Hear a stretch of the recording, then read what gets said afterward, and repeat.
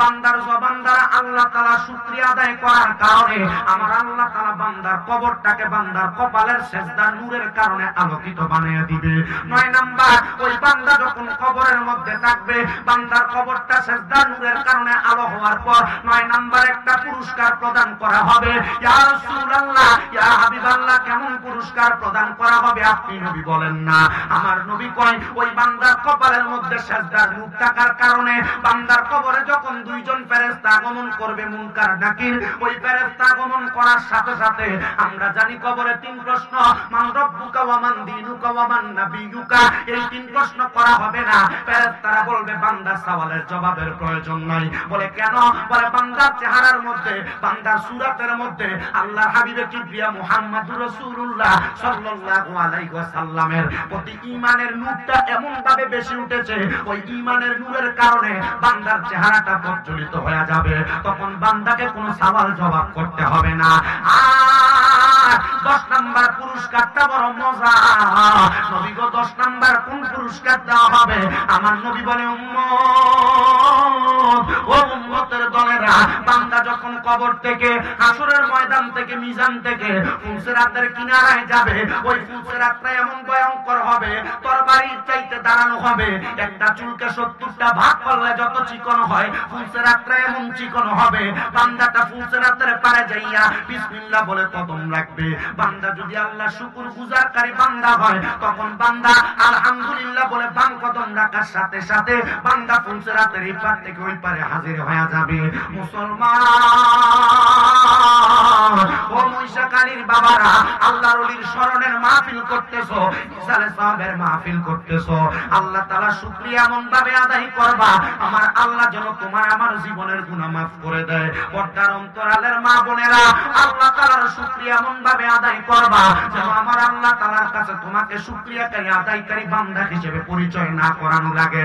তোমার সুরুত দেখলে, তোমার সিরাত দেখলে আল্লাহ যেন তোমারে আল্লাহ শুকরিয়াকারী আদায়কারী বান্দা হিসেবে কবুল করে নেয়। সাহাবায়ে কেরাম হযরতে জাবির ইবনে সামুরা রাদিয়াল্লাহু তাআলা আনহু বলেন, ইয়া রাসূলুল্লাহ, আল্লাহ তাআলা শুকরিয়া আদায় করা হয় কোন মাধ্যমে?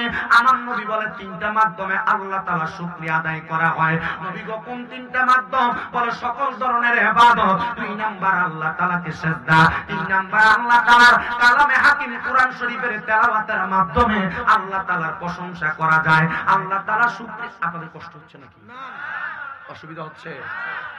আমি কিন্তু আপনাদের এলাকায় নতুন নাকি? কয়দিন আগে কিনে আসছিলাম, যে জায়গাটা জয়কাই আসছিলাম কয়দিন গল্প, কিছুদিন আগে আসছে। আমি কিছু বয়ান করে গেছি। আমার এখানে আপনারা যারা বসেছেন, আপনারা যারা আসছেন, আপনি আর একজনকে বসতে বলবেন না। আপনি আপনার মতো ওয়াজ শুনবেন। আমার মাহফিলের সিস্টেম, কেউ দাঁড়ায় থাকলে আমি বসতেও বলি না, বসলে দাঁড়াইতে বলি না, সামনে আগাইতে বলি না, পেছনে যাইতে বলি না। কারণ এই কথাগুলো যতক্ষণ বলবো ততক্ষণ আমার সময় নষ্ট হবে। আমার এমনি আনে নাই, টাকা দিয়ে আনছে। আমি আপনাদের কাছে যদি একটা সময় নষ্ট করি, এই সময়টার জবাব আমি আল্লাহর কাছে দেওয়া লাগবে। আমি ডাইরেক্ট কথা বুঝি, আমার বয়ান ধারাবাহিক চলবে। যার দ্বারা এমন চাবে দাঁড়ায় শুনবে, তার বৈশা মন চাবে বৈশা শুনবে। মাহফিল কমিটির কাছে আমি ওনার কাছে আবদার করছি, আপনি নিজে গেছেন, আপনি আলেম মানুষ, মোটামুটি পড়ালেখা করছেন না যে এমন না, আপনি গেছেন এটি মেলতে, একটা পোলা পান নাই যে এগুলো একটু মেলা দিবে, দেখে একটু কে আছেন একটু এগুলো মেলা দিবেন একটু ভালো করে। আমার সময় এমন করতেছেন, একটু নকশবন্দি সাহেব আসলে তো আরো পূর্বে, পিসা হুজুর আসলে আরো পূর্বে, সবাই এসে দোয়াতে শরীক হবে, মানে বসতে হবে একটু কষ্ট করে। যে খেরগুলো আছে, আপনার খের বলেন না নারা বলেন, খেরগুলো একটু কষ্ট করে মেইলা দেন, 2-1 যায় খেরগুলো মেইলা দেন। আল্লাহ আমরা বোঝার তৌফিক দিন। একটু জন আমিনও বাইরে নাই, ফিটে ফিটে ওর ইচ্ছা মতো ফিটলে ফিস্টনটা দিয়া ফিটটা কিলাইলে যদি জোর করে আমিন বাইর করুন যায়, মহাব্বতে কর না আমিন বাইর করুন আমিন। আমার কাছে সিস্টেম আছে, মানুষের মুখ থেকে কেমনে কথা বাইর করুন লাগে আমার জানা আছে। হ্যাঁ, আল্লাহ বোঝার তৌফিক দান করুন। দেখছেন নি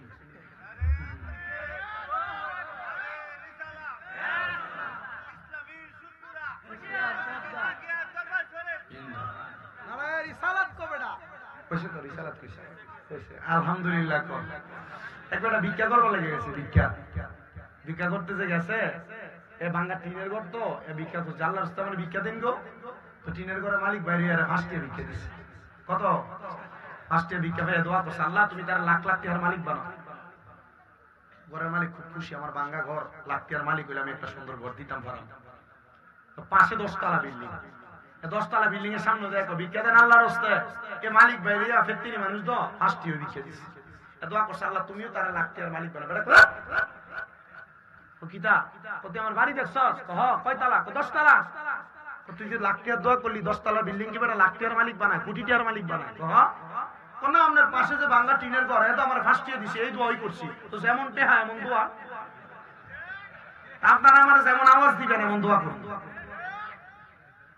ওয়াজ হইব বেটা পকেট থেকে ডরে 500 টাকার নোট বের করেছে, বাবা দোয়াটা একটু বাড়াইই কর। তো দেখে আপনারা আওয়াজ কেমন হয়? এই বাচ্চারা সবাই নিচে যাও, যাও যাও, না নিচে যাও। তুমি এন দিয়ে বইও, তুমি থাকতে বলে এনা বইও, তুমি এখানে বসে এন দিয়ে বইও, হুজুরের লগে দিয়ে বইও, এন্দা বউ বউ হুজুরে দেহনি, ঠিক আছে যাও যাও যাও, নামো নামো নামো যাও।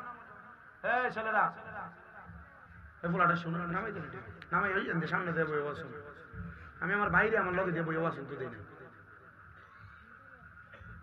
যাও তুমিও নিচে চলে যাও, লুকোচুরি করো, খেলাই লুকোচুরি। আপনাদের কষ্ট হচ্ছে? আওয়াজ অনুযায়ী ওয়াজ হইব, সিদ্ধান্ত আপনারা। আপনারা কোন আমরা খুশি না বেজার? মুহাব্বতের আওয়াজে কোন আলহামদুলিল্লাহ। তাহলে আল্লাহ তাআলা শুকরিয়া আদায় করলে লাভ আছে না নাই? একটা না 10টা? মুহাব্বতে কয় না একটা না 10টা? সাহাবায়ে কেরাম বলে ইয়া রাসূলুল্লাহ, ইয়া হাবিবাল্লাহ, নবী গো আপনি নবী বলেন না আল্লাহ তাআলা শুকরিয়া আদায় করলে কি লাভ হবে? আমার নবী বলে বান্দা উম্মতের দলেরা আল্লাহ তাআলা শুকরিয়া যদি কোন বান্দা আদায় করে, কোন উম্মত আদায় করে, ওই ব্যক্তিটাকে আমার আল্লাহ তাআলা নিয়ামত বাড়ায়া দিবে। আমরা যারা 300 টাকা ইনকাম করি আমরা আফসোস করি, হায় রে আল্লাহ যদি আমারে 500 টাকা কামাই দিত। না রে বান্দা, 300 টাকা ইনকাম করে আলহামদুলিল্লাহ আদায় করবা, দেখবা আমার আল্লাহ তাআলা তোমার নিয়ামত বাড়ায়া দিবে। আসেন আমার বন্ধুরা, আমরা মুহাব্বতের আওয়াজে আল্লাহ তাআলার নিয়ামত পাওয়ার জন্য আল্লাহ শুকরিয়া করার মাধ্যম কোরআন তেলাওয়াতের মাধ্যমে আল্লাহ তাআলার শুকরিয়া আদায় করিয়া জোরে জোরে পড়িয়া আউযু বিল্লাহি মিনাশ শাইতানির বিবারাকাতি বিসমিল্লাহির রাহমানির রাহিম। ইয়া আইয়ুহাল্লাযীনা আমানু ইত্তাকুল্লাহা ওয়াল তানজুর নাফসুম মা কদ্দামাত লিগাদিন ওয়াত্তাকুল্লাহা ইন্নাল্লাহা খাবীরুম বিমা তা'মালুন। ওয়ালা তাকুনু কাল্লাযীনা নাসুল্লাহা ফাআনসাহুম আনফুসাহুম উলাইকা হুমুল ফাসিকুন। লা ইয়াস্তাওয়ি আসহাবুন নারি ওয়া আসহাবুল জান্নাহ, আসহাবুল জান্নাতি হুমুল ফাইজুন। وقال في حديث الشريف رواية ابن ماجه عن أنس بن مالك رضي الله تعالى عنه قال سمعت رسول الله صلى الله عليه وسلم يقول ألا أنبئكم بخياركم؟ قالوا بلى يا رسول الله قال خياركم الذين إذا ذكر الله عز وجل. رواه ابن ماجه أو كما قال عليه الصلاة والسلام. وقال في حديث الشريف عن أنس رضي الله تعالى عنه قال سمعت رسول الله صلى الله عليه وسلم إن من أشرط الساعة أن يرفع العلم ويكسر السحر ويكسر الزنا ويكسر الشرب والخمر ويقل الرجال ويكسر النساء حتى يكون ل50 امرأة القيم الواحد متفق عليه أو كما قال عليه الصلاة والسلام. وقال في شان حبيبه ومحبوبه ومعشوقه مخبرا وآمرا إن الله وملائكته يصلون على النبي يا أيها الذين آمنوا صلوا عليه وسلموا تسليما. اللهم صل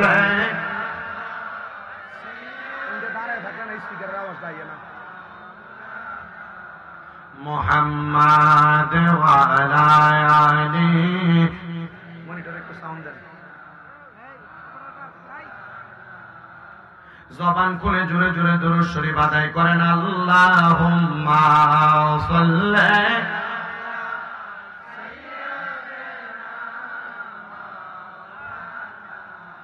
মুহাম্মাদ ওয়া আলা আলি সাইয়্যিদিনা। বেবে দেখো মনে মনে প্রেমনি করছ নবীর সনে। বেবে দেখো মনে মনে প্রেমনি করছ নবীর সনে। নইলে থেকে রোজ হাসরে মুহাম্মাদিয়া রাসূলুল্লাহ। আল্লাহুম্মা সাল্লি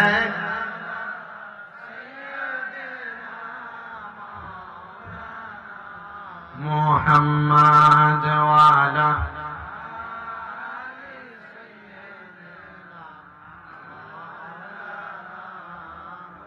আপনাদের কি দুরূদ শরীফ পড়তে কষ্ট হচ্ছে? আমার নবী রাহমাতুল লিল আলামিন নবী আমার বলে উম্মত দুনিয়ার জমিনে সবচাইতে বখিল মানে কিফটা ওই উম্মত যার সামনে আমি নবীজির দুরূদ শরীফ পড়া হইল আর সে তার জবানকে বোবার মতো করে রাখলো। আমি এত মোহাব্বত নিয়ে দুরূদ শরীফ পড়ছি আর আপনারা মুখকে একবার বোবার মতো করে রাখছেন। চিন্তা করেন রাসূল যদি আপনাকে বখিল আর কিফটা বলে তা ডাক দেয়, আপনি রাসূলকে মুখ দেখাইতে পারবেন কিনা? শুধু এই কথা বলেন না, রাসূল বলেন দুনিয়াতে যেই ব্যক্তি আমি নবীর প্রতি যত বেশি দুরূদ শরীফ আদায় করবে জান্নাতের মধ্যে ওই ব্যক্তি আমি নবীর তত কাছাকাছি থাকবে। জোরে সরে পড়ি সুবহানাল্লাহ। আরে মুহাম্মদে জোরে শরীফ পড়েন আল্লাহুম্মা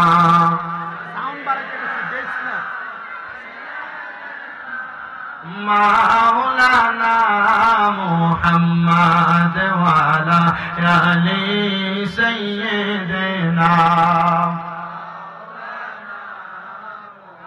দয়াল নবীজির পসিনা মুবারক মেসকের চাইতে আরো সুগ্রাণ। সাহাবীরা আতর রূপে করতেন তাহা ব্যবহার। আল্লাহুম্মা সাল্লি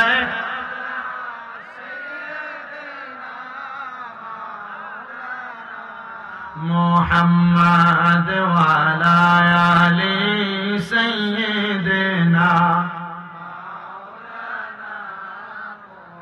লা ইলাহা ইল্লাল্লাহ লা ইলাহা ইল্লাল্লাহ লা ইলাহা।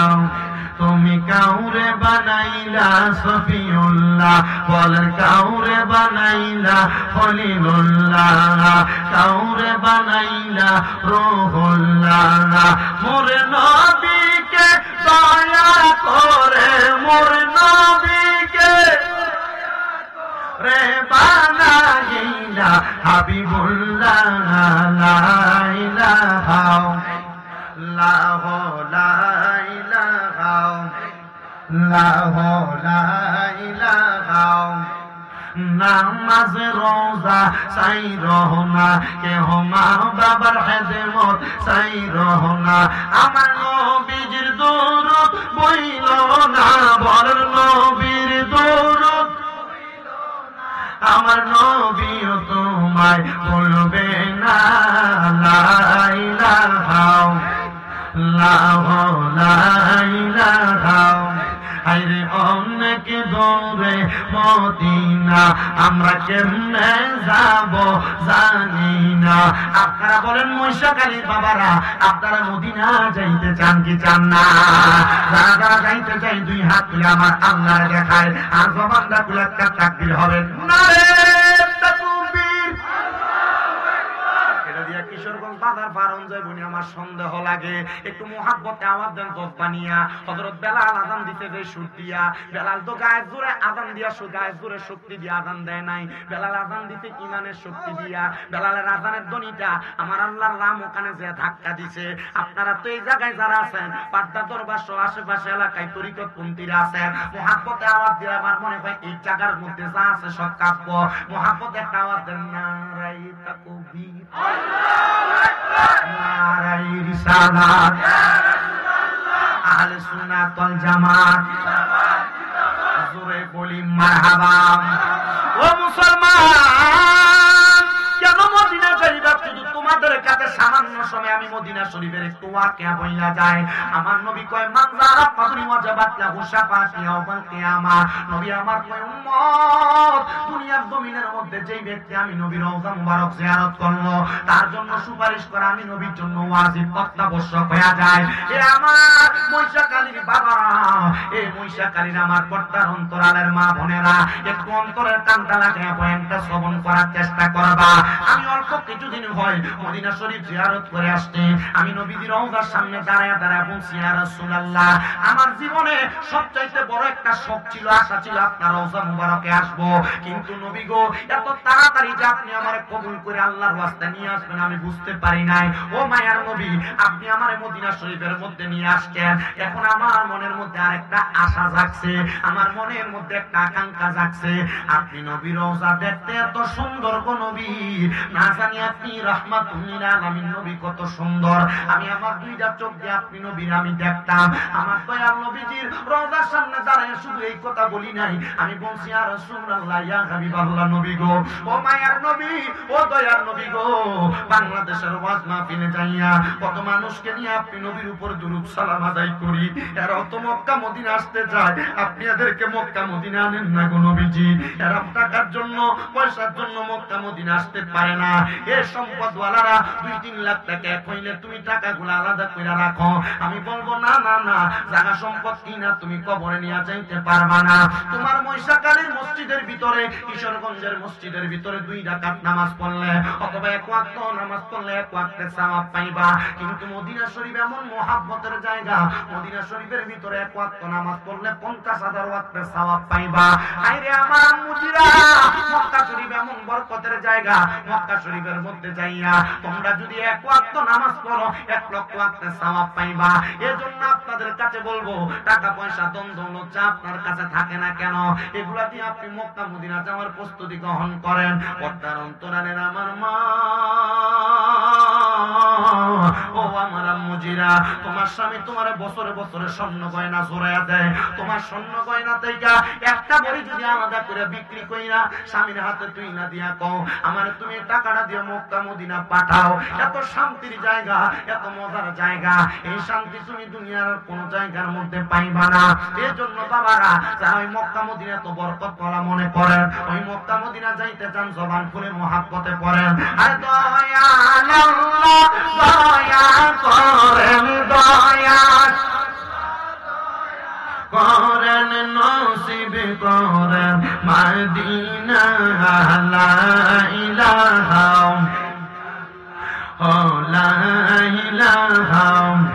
আইরে আমরা বড় ভাগ্যবান, আমরা নবী আল্লাহর মেহমান।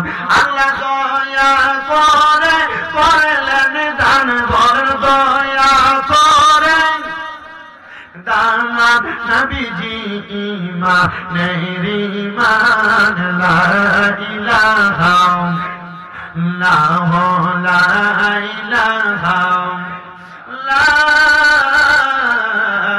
ইলাহা ইল্লাল্লাহ মুহাম্মাদুর রাসূলুল্লাহ সাল্লাল্লাহু আলাইহি ওয়াসাল্লাম। আমার মুসলমান ইমানদার ও নবীর উম্মতের দলেরা, আজকের মাহফিলে তাবারুক দ্বীপ যেটা লোক করে আসেন নাই, এই মাহফিলের মধ্যে বসার উদ্দেশ্য আমরা যদি নবীর মুহাব্বত নিয়ে বসতে পারি, আমার আল্লাহ তাআলা আমাদের জীবনের গুনাহগুলো মাফ করে দিবে। কথা কন্যা ঠিক কিনা? এ মুসলমান, আমরা তো জীবনে অনেক গুনাহ করলাম। আমি স্বামী ইমরাদার গুনাহ যদি আপনারা দেখতেন, আমার মাহফিলে আপনারা বক্তা বানায় বসাইতেন না। আল্লাহ গো, তোমার দরবারে লাখ লাখ শুকরিয়া, তুমি আমার গুনাহগুলো গোপন করে রাখছো। আল্লাহ গোপনে গোপনে গুনাহগুলো মাফ করে দিও। এ দাঁড়ি পাকা মুরব্বী বাবারা, আপনারা তো জীবনে অনেক গুনাহ করলেন, আপনার গুনার খবর আপনার সন্তান জানে না, আপনার মা জানে না, আপনার বাবা জানে না। সন্তান যদি জানতো আপনারে বাপ পেয়ে পরিচয় দিত না। এ যুবক, এ মুরব্বী বাবারা, এ আমার যুবক নওজোয়ান বন্ধুরা, তোমার জীবনের গুনাহ যদি তোমার আব্বা আম্মা দেখতো, তোমারে ফুট বইলা পরিচয় দিত না। এ পর্দার অন্তরালের মা, তোমার তোমার জীবনের গুনাহ যদি তোমার সন্তান দেখতো, মা বইলা পরিচয় দিত না। তোমার স্বামী দেখলে তোমার স্বামী স্ত্রী বইলা পরিচয় দিত না। আল্লাহ, আমরা গুনাহ করছি, তুমি আমরার খানা রিজিক কোনো কিছু বন্ধ করো না। তুমি না বলছো লা তাকুনাতু মির রাহমাতিল্লাহ, তোমার রহমত থেকে নিরাশ না হওয়ার জন্য। ইন্নাল্লাহা, নিশ্চয়ই তুমি আল্লাহ, ইয়াগফিরু যুনুবা জামিআ, সকল প্রকার গুনাহগুলো ক্ষমা করে দাও। ইন্নাহু হুয়াল গফুরুর রহিম, নিশ্চয়ই তিনি আল্লাহ, যিনি ক্ষমাশীল এবং দয়ালু। ওই আল্লাহ দয়ার আল্লাহ, ওই আল্লাহ মায়ার আল্লাহ, ওই দয়ার আল্লাহর কাছে জীবনের গুনাহগুলোর জন্য চোখটা বন্ধ কইরা আমরা যদি ইসমে জাতের জিকির করি, আমার আল্লাহ তাআলা গোপনের গুনাহগুলো গোপনে গোপনে মাফ করে দিবে। এই জন্য যাদের জবান আছে আপনারা চোখটা বন্ধ কইরা মুহাব্বতের আওয়াজে আল্লাহ তাআলার ইসমে জাতের জিকির করেন। আল্লাহ আল্লাহ আল্লাহ আল্লাহ আল্লাহ আল্লাহ আল্লাহ আল্লাহ, জিকির করো জিকির করো জিকির করো মুমিন গণ, জিকির করো মুমিন গণ, জিকিরে তায় মাওলা রাজি আর রাজি নবী গণ। মারহাবা, সুবহানাল্লাহ, কুইয়া আল্লাহ ডাকে সামলাই। জিকির করো জিকির করো জিকির করো মুমিন গণ, জিকির করো মুমিন গণ, জিকিরে তায় মাওলা রাজি আর রাজি নবী গণ। মারহাবা, আল্লাহ আল্লাহ, আস্তাগফিরুল্লাহ সে বিবাদে সিফাতিল্লাহ জানতে তারে, নয়ন দিলা দেখি বাজে, নয়ন দিলা দেখি বাজে, তবু কেন অন্ধ মন। জিকির করো জিকির করো জিকির করো মুমিন গণ, জবান জিকির করো মুমিন গণ, জিকিরে তায় মাওলা রাজি আর রাজি নবী গণ। মারহাবা, আল্লাহ, জবানটা কুইয়া আল্লাহ আল্লাহ আল্লাহ আল্লাহ আল্লাহ আল্লাহ, আর ফেরেশতারা মাওলার জিকির করে তারা, মানুষ হইয়া তোমরা কেন আল্লাহ জিকির করো না। মারহাবা, আল্লাহ আল্লাহ আল্লাহ আল্লাহ আল্লাহ আল্লাহ, জিকির করো জিকির করো জিকির করো মুমিন গণ, জিকির করো মুমিন গণ, জিকিরে তায় মাওলা রাজি আর রাজি নবী গণ। মারহাবা, আল্লাহ আল্লাহ আল্লাহ আল্লাহ আল্লাহ আল্লাহ, মুহাম্মদ সাল্লাল্লাহু এসো আমার বুকে থেকে, এসো আমার মদিনা ওয়ালা, এসো আমার বুকে থেকে। কান্দে তোমার এই পাগল নবী, কান্দে তোমার এই পাগলের সঙ্গে, মোর খুলি জানা আসে আমার মানব নবী, আশার নাম আল্লাহ। মারহাবা, আল্লাহ আল্লাহ, জিকির করো বাদশা ওলি, বলিতেছে ফুলের কলি তারা কান্দে নিয়া, বিকার ঝুলি কান্দে নিয়া, বিকার ঝুলি পাশ করে বিকের কোনা। আল্লাহ আল্লাহ সাল্লাল্লাহু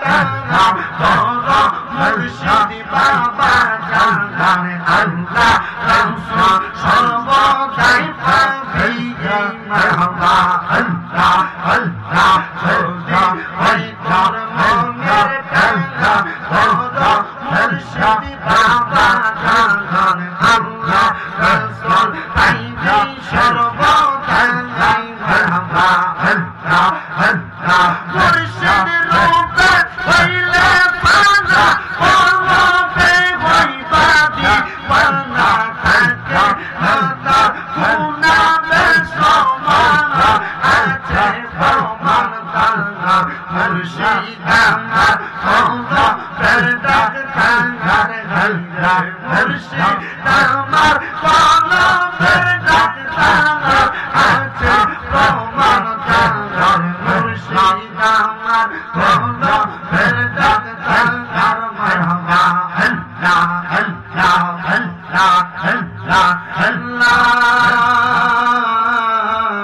ইলাহা ইল্লাল্লাহু মুহাম্মাদুর রাসূলুল্লাহ সাল্লাল্লাহু আলাইহি ওয়াসাল্লাম আল্লাহুম্মা আমিন আল্লাহুম্মা আমিন আলহামদুলিল্লাহি রাব্বিল আলামিন আসসালাতু ওয়াসসালামু আলা রাসূলিহিল কারীম রব্বানা যালামনা আনফুসানা ওয়া ইল্লাম তাগফির লানা ওয়া তারহামনা লানাকুনান্না মিনাল খাসিরিন ইয়া ইলাহি রহম ফরমা মুস্তাফা की वास्ते खुले दे दरवाजाए रहमत गदा की वास्ते रहमतुल आलमीन खत मेरा सुलजान जहां अहमद हामिद मुहम्मद मुस्तफा की वास्ते ममदू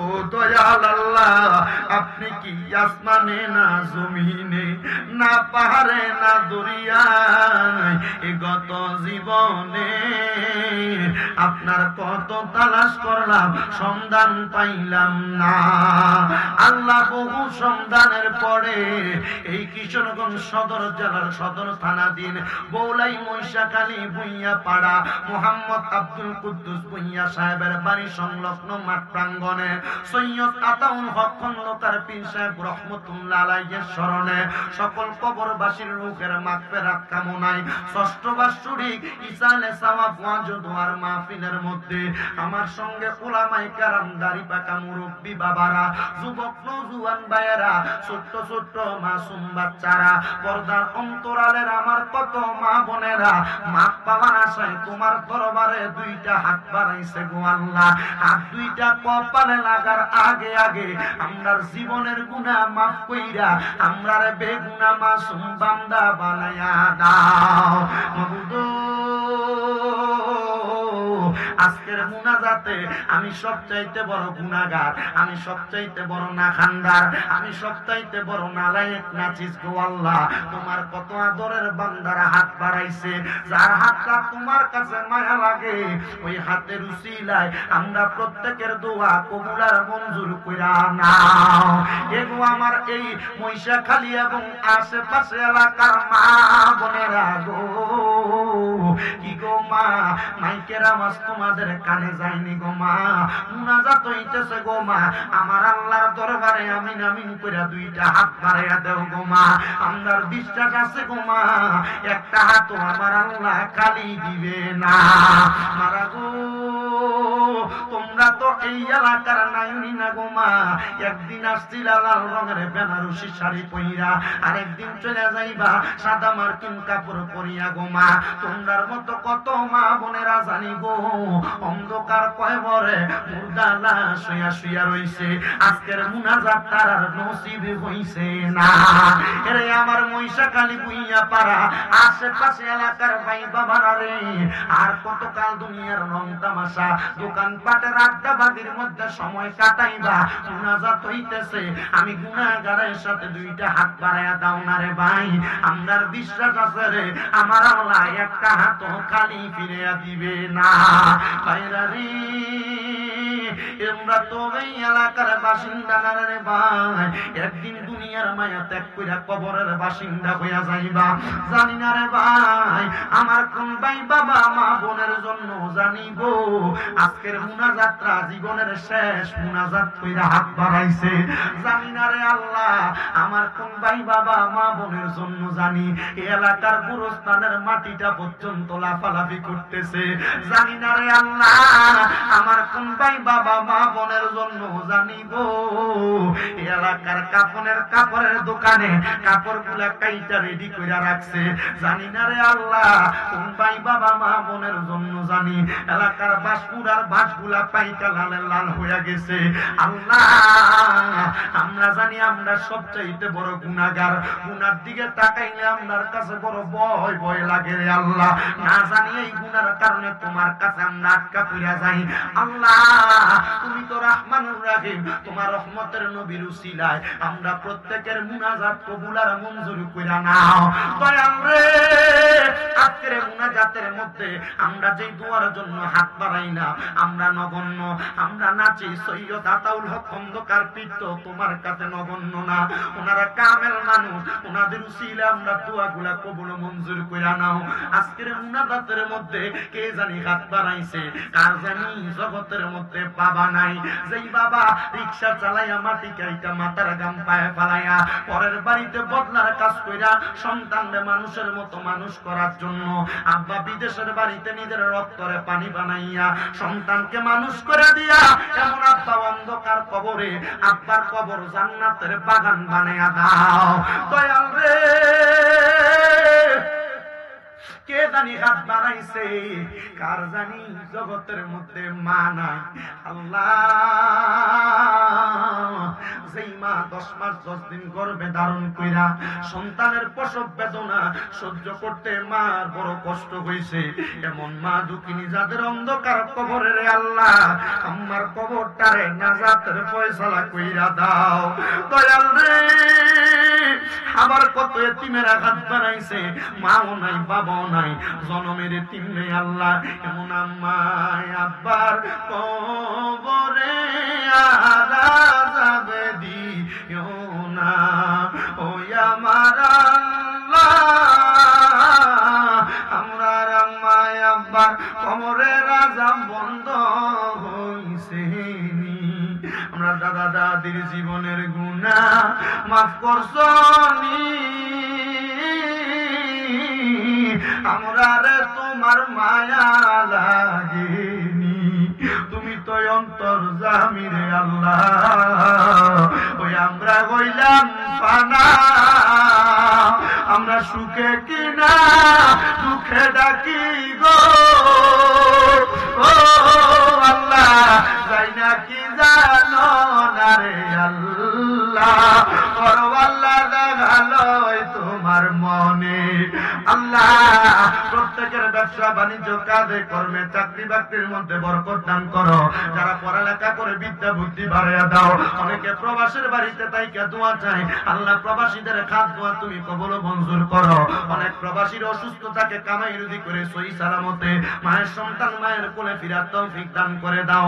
আল্লাহ, বিশেষ করে আজকের এই মহিষাকালী ভুইয়াপাড়া মোহাম্মদ আব্দুল কুদ্দুস ভুইয়া সাহেবের বাড়ি সংলগ্নে এই জান্নাতের বাগান, এই মাহফিলে যারা টাকা দিয়া পয়সা দিয়া শ্রম দিয়া বুদ্ধি দিয়া পরামর্শ দিয়া মাইক দিয়া লাইট দিয়া প্যান্ডেল দিয়া মিডিয়ার ভাইয়েরা সহ সম্মানিত শ্রোতা মণ্ডলী, আমার পুরুষেরা, পর্দার অন্তরালের মা বোনেরা, আল্লাহ প্রত্যেককে তুমি কবর মঞ্জুর করে নাও। আল্লাহ, মরণ দিবা দুঃখ নাই, তবে বেঈমান বানায়া মরণ দিয়েন না। মরণের আগে আমার নবীজির নূরানি চেহারা মুবারক দেখায় যতগুলা দরখাস্ত করলাম আমার পেয়ারা নবীর উসিলায় কবর মঞ্জুর করে নাও। আরে যারে নাম রেখেছো তুমি মুহাম্মদ রাসূল, সেই নামের উসিলায় দোয়া করো হে কবুল, আল্লাহ করো হে কবুল।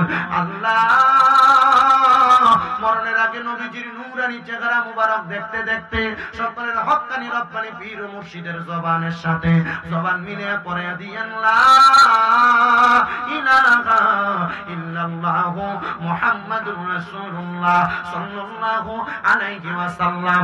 একটা জবানকে বন্ধ রাখবেন না, জবানটা ছেড়ে দিয়ে বলেন মুনাজাত করে দোয়া চাইলাম একজনের কাছে, তিনি কে? আল্লাহর দোহাই লাগে, জবান বন্ধ রাখেন না। মুহাব্বতের আওয়াজে আল্লাহ তাআলা শুকরিয়া আদায় করে পড়েন না আলহামদুলিল্লাহ।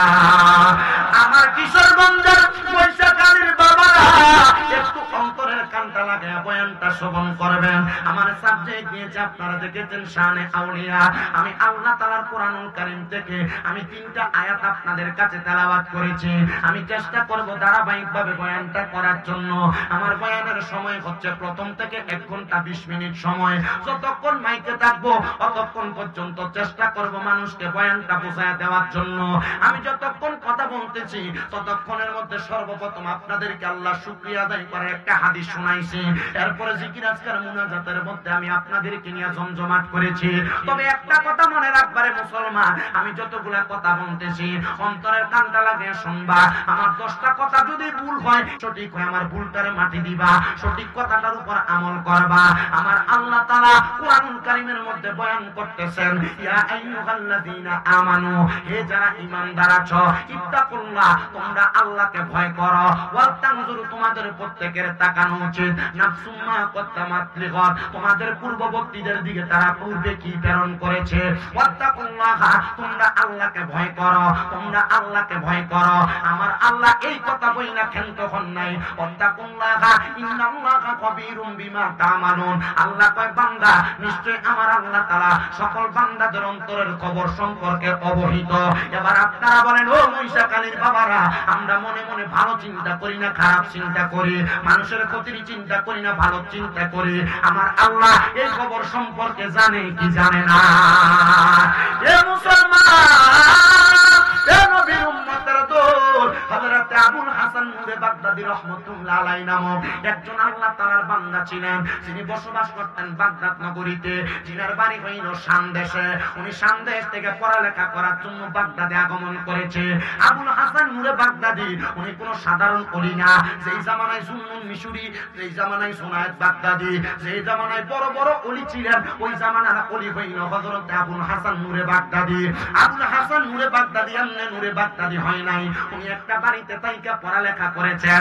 ওই বাড়ির মধ্যে পড়ালেখার অবস্থায় ওনার বাড়ির মালিক রাত্রবেলা ঘর থেকে বের হয়ে দেখে আবুল হাসান যেই ঘরের মধ্যে পড়ালেখা করে তার ঘরের মধ্যে তাইকা আসমান পর্যন্ত একটা নূরের তাজাল্লি দেখা যায়। এবার ওই ঘরের বাদশা মালিক যাইয়া সুনায়েত বাগদাদীর কাছে যে ফরিয়াদ জানায়, হুজুর, আমি তো আমার ঘরের বাড়ির যে হুজুরটাকে দেখলাম, ওনার ঘর থেকে একটা নূরের আলো আসমান পর্যন্ত দেখা যায়। আমার মনে হয় এই ছেলেটা কোনো সাধারণ ছেলে না। সুনায়েত বাগদাদী কয়, না না, উনি কোনো সাধারণ ছেলে না। ওনার জন্মের আগে ওনার আব্বা জান ইন্তেকাল করেছে। ওনার জন্মের পরে 7 বছরের মাথায় ওনার আম্মা জান ইন্তেকাল করেছে। কিন্তু ওনার আম্মা জান ওনার জন্মের পর থেকে, যখন থেকে ওনার রক্ত প্রবাহিত হওয়া বন্ধ হয়েছে, এরপর থেকে আর কোনোদিন উনি তাহাজ্জুদের নামাজও কাজা করে নাই। আমরা তো ফজর বলেন, যোহর বলেন, আসর বলেন, মাগরিব বলেন, এশা বলেন, আমাদের 5 ওয়াক্ত নামাজের তো কাজা হয়ে যায়। আর হযরত আবু হাসানের মা উনি তাহাজ্জুদের নামাজ কাজা করতেন না, মানে তাহাজ্জুদের নামাজ ছাড়তেন না। এবার বলেন, এই নামাজের বরকত আছে না নাই? আপনাদের কি কষ্ট হইতেছে? নামাজটার বরকত আসেনি? আছে। আপনাদের যদি কষ্ট হয় আপনারা ধৈর্যের সাথে বসবেন। কত সুন্দর হইতো যদি সবগুলা মানুষ বসতো। তারাই অবশ্যই না, আমরা কইেন না, আমি না কইয়ে দিলাম, বলা যাবে না, আপনারা দাঁড়াই অবশ্যই। মানে সামনে থাকলে দেখে দেখে ওয়াজ করতাম, এখন তারা আমার দেখে, আমি আর দেখি না। আচ্ছা, যদি ফোলা মায়ের দেখে, মাইয়া যদি ফোলারে দেখে, ফোলা যদি মায়েরা না দেখে, বিয়াটা হয়ে গেল গা, তে বাসরের যদি দেয় দেয় ফোলাটা কালা, মায়েরা কালা, তখন আর তার রুচি লইব গোটার প্রতি। অবস্থা এমন হইলো, তোমরা আমারে দেখে চিনবা, কিন্তু আমি তোমারে চিনতাম না। আজকা যে ঢাকা শহরে ঘুরি আর কুমিল্লা শহরে ঘুরি, হুজুর আসসালামু আলাইকুম, চিনছুন নি হুজুর আমারে? চিনছি না তো, বাড়ি কো? হুজুর কিশোরগঞ্জ। মাহফিল করছুন যে জয়কা, তুই আমারে দেখছিস, আমি তোরে দেখছি? না দেখি না হুজুর, তো তোরা চিনলাম কেমন? আমি বিষয় তো এইটা হয়েছে, তোমরা আমারে দেখতেছ কিন্তু আমি তোমরা দেখতেছি না। মন চাইলে বইও, মন না চাইলে বইয়ার দরকার নেই। আল্লাহ আমরারই কবুল করুক, আমিন কর। ওয়াজ যেটা দর্শি এটা করবুনি, আপনারা আসুননি, একটু মুহাব্বতে দুরূদ শরীফ পড়েন। আল্লাহুম্মা সাল্লি আলা, মোবাইলটা কি করে শুধুটা আচ্ছা আচ্ছা, মুহাম্মাদ ওয়া আলা আলি।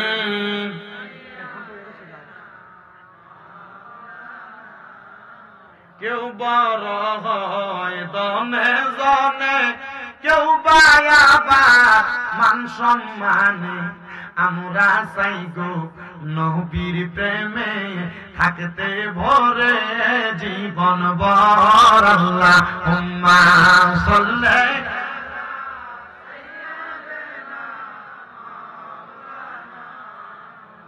ওয়া আলা আলি সাইয়্যিদিনা। আল্লাহর জোনাত বাগদাদের ডাক দিয়া কয় জগৎবাসী, এই ছেলেটার মা তার বয়স যখন 7 বছর বয়স ইন্তেকাল করছে, তার জন্মের পরে তার মার রক্ত প্রবাহিত হওয়া বন্ধ হওয়ার পর, মানে সন্তান জন্ম দেওয়ার 40 দিন পর্যন্ত তার মা সময়টা যাওয়ার পর থেকে একদিনও তাহাজ্জুদের নামাজ ছাড়ে নাই, হারাম ওয়াক্ত ব্যতীত। কিন্তু তার মা জননী যখন সে ব্যক্তির 6 বছর বয়স, তখন তাইকা সে তার আম্মা জানদের অনুসরণ করে তাহাজ্জুদের নামাজ পড়ে। আসেন রে বাবারা, আমি আপনাদেরকে তাহাজ্জুদের নামাজের একটু ফজিলত বর্ণনা করি। আমার আল্লাহ কুরআনুল কারীমের মধ্যে বলেন, ওয়া মিনাল লাইলি ফাতাহাজ্জাত বিহি নাফিলাতান লাকা আসা আইয়াবাসাকা রাব্বুকা মাকামাম মাহমুদা। আল্লাহ কয় নবী, আপনি রাতে কিছু অংশে তাহাজ্জুদের নামাজ আদায় করেন, প্রতি সত্তর আপনাকে মাকামে মাহমুদ প্রশংসার জায়গা দেওয়া হবে। আমার নবীজি এই আয়াত যখন আমার নবীর উপর নাযিল হইছে, আমার নবীজি মা আয়েশা সিদ্দিকা রাদিয়াল্লাহু তাআলা আনহার সাথে একই হুজরা মুবারকের মধ্যে অবস্থান করতেছে। আমার নবীজি সাজদার মধ্যে যে কান্নাকাটি করতেছে। নবী যখন এশারের নামাজের পর থেকে নামাজের সিজদা দেয়, আম্মা জান আয়েশা কয়, আমার নবীর এত লম্বা সিজদা, এত লম্বা রুকু আর কোনোদিন দিতে দেখি নাই। আমার নবীজি 2 রাকাত নামাজ পুরা 7 পর্যন্ত আদায় করে ফেলতেন। কথা কতরা আনো দাঁড়িয়ে রয়েছে।